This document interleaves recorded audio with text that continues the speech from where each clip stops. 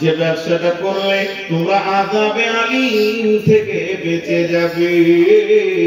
দুনিয়াতে যে কষ্টতে আছো বেঁচে যাবে, হাসরে বাঁচবে, পুলসেরাতে বাঁচবে, আর আখিরাতে কিয়ামতের ময়দানে বাঁচবে। আমার প্রিয় শ্রোতাবিন্দু, আল্লাহর মহব্বত আপনাদেরকে আল্লাহ দান করেছেন, বসে আছেন। একটা কথা বলেন, যে আল্লাহকে যদি আপন করি সব আযাব থেকে আমরা বেঁচে যাব, কোন জায়গায় আর আমাদের আযাব হবে না আল্লাহকে আপন করলে। তো আল্লাহকে কি করে আপন করব? আল্লাহ বলেন, তুমিনুনা বিল্লাহি ওয়া রাসূলিহি ওয়া তুজাহিদুনা ফি সাবিলিল্লাহি বিআমওয়ালিকুম ওয়া আনফুসিকুম যালিকুম খায়রুল লাকুম ইন কুনতুম তা'লামুন يغفر لكم ذنوبكم ويدخلكم جنات تجري من تحتها الأنهار। এবার মুখ খুলে বলেন সবাই, উহুদ, বদর, খন্দক, সিফিন, মুতা, এই যুদ্ধগুলোর ঘটনা আমরা শুনেছি কি শুনিনি? শুনেছি কি শুনিনি? তো যখন ওই ঘটনাগুলো শুনি তখন মনটা কি বলে যে আমি যদি ওখানে থাকতাম তো ভালো হয়। কি হয় না মনের ভিতরে? আর এত উঠছেন কেন আপনাদের ভাই? মাছ ধরতে চল, কি বলছেন? উঠিয়ে না, আমি তো বললাম 5-10 মিনিটে ছেড়ে দিব। যা খাবার আছে দুটি খাবেন, আর মাদ্রাসা খাবার যা হালকা ফুলকা থাকবে খাবেন, মাদ্রাসাকে কিছু দেবেন। তো এই ঘটনাগুলো যখন শুনি তখন মনে হয় যদি আমি ওখানে থাকতাম তাহলে ভালো হতো। একটা জিনিস জেনে রাখেন, নামাজ শুরু হয়েছে 5 ওয়াক্তের নামাজ শুরু হয়েছে কখন? কমপ্লিটলি 5 ওয়াক্তের নামাজ শুরু হয়েছে আল্লাহ রাসূলের মেরাজের পর। ঠিক না বল? ঠিক। নামাজ বন্ধ হয়ে গেছে? কতদিন চলবে? কিয়ামত পর্যন্ত। পশ্চিম দিক কোনটা?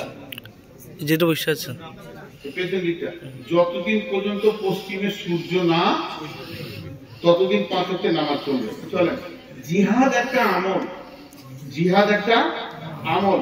এই জিহাদ, ইসলামের প্রথম জিহাদ কোনটা? কমপ্লিটলি ইসলামের প্রথম জিহাদ হলো বদর।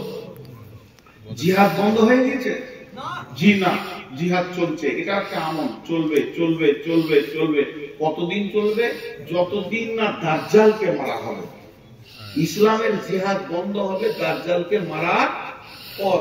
ঈসা আলাইহিস সালাম আসবেন, ইমাম মেহেদী থাকবে, দাজ্জালকে পৃথিবী থেকে সরানো হবে, তারপরে জিহাদ বন্ধ হবে।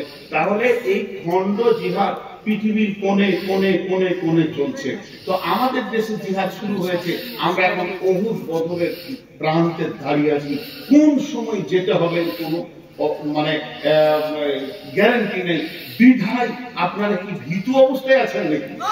খবরদার না, আমি মরলে শহীদ, বাঁচলে গাজী। তো এই শহীদের রাস্তাটা আজও বন্ধ হয়নি, শহীদের রাস্তা আছে। আল্লাহ তাবারক ওয়া তাআলা শহীদ ওলাদেরকে সেরকম সবর দেবেন, তাকওয়া দেবেন। এবার আল্লাহ কি বলছে? তুমিনুনা বিল্লাহ, তোমরা আল্লাহর উপরে ঈমান আনো। প্রথমে আল্লাহর উপরে ঈমান, 100% আল্লাহ যতটা আমার উপরে বান্দা হিসেবে হক রাখে সেগুলোকে দান করতে হবে। কেমন দান করতে হবে? আল্লাহ বলছেন কোরআনে, ওয়ামা কাদারুল্লাহ হাক্কা কাদরিহি ওয়াল আরদু জামিআন কাবজাতুহু ইয়াওমাল কিয়ামাতি ওয়াস সামাওয়াতু মাতবিয়াতুন বিয়ামিনিহি সুবহানাহু ওয়া তাআলা আম্মা ইউশরিকুন।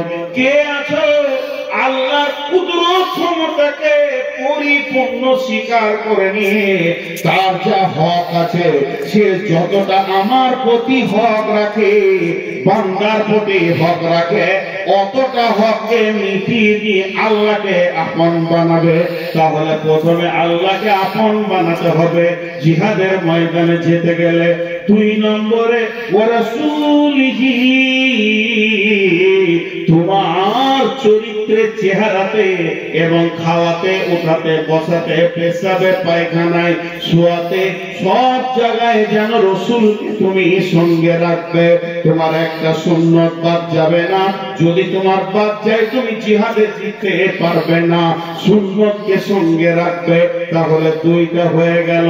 এই দুটি যখন তুমি সঙ্গে নেবে, তারপরে যদি তুমি জিহাদের ময়দানে যাও, আল্লাহ তোমাকে বিজয়ী আর বিজয়ী দেখাবি।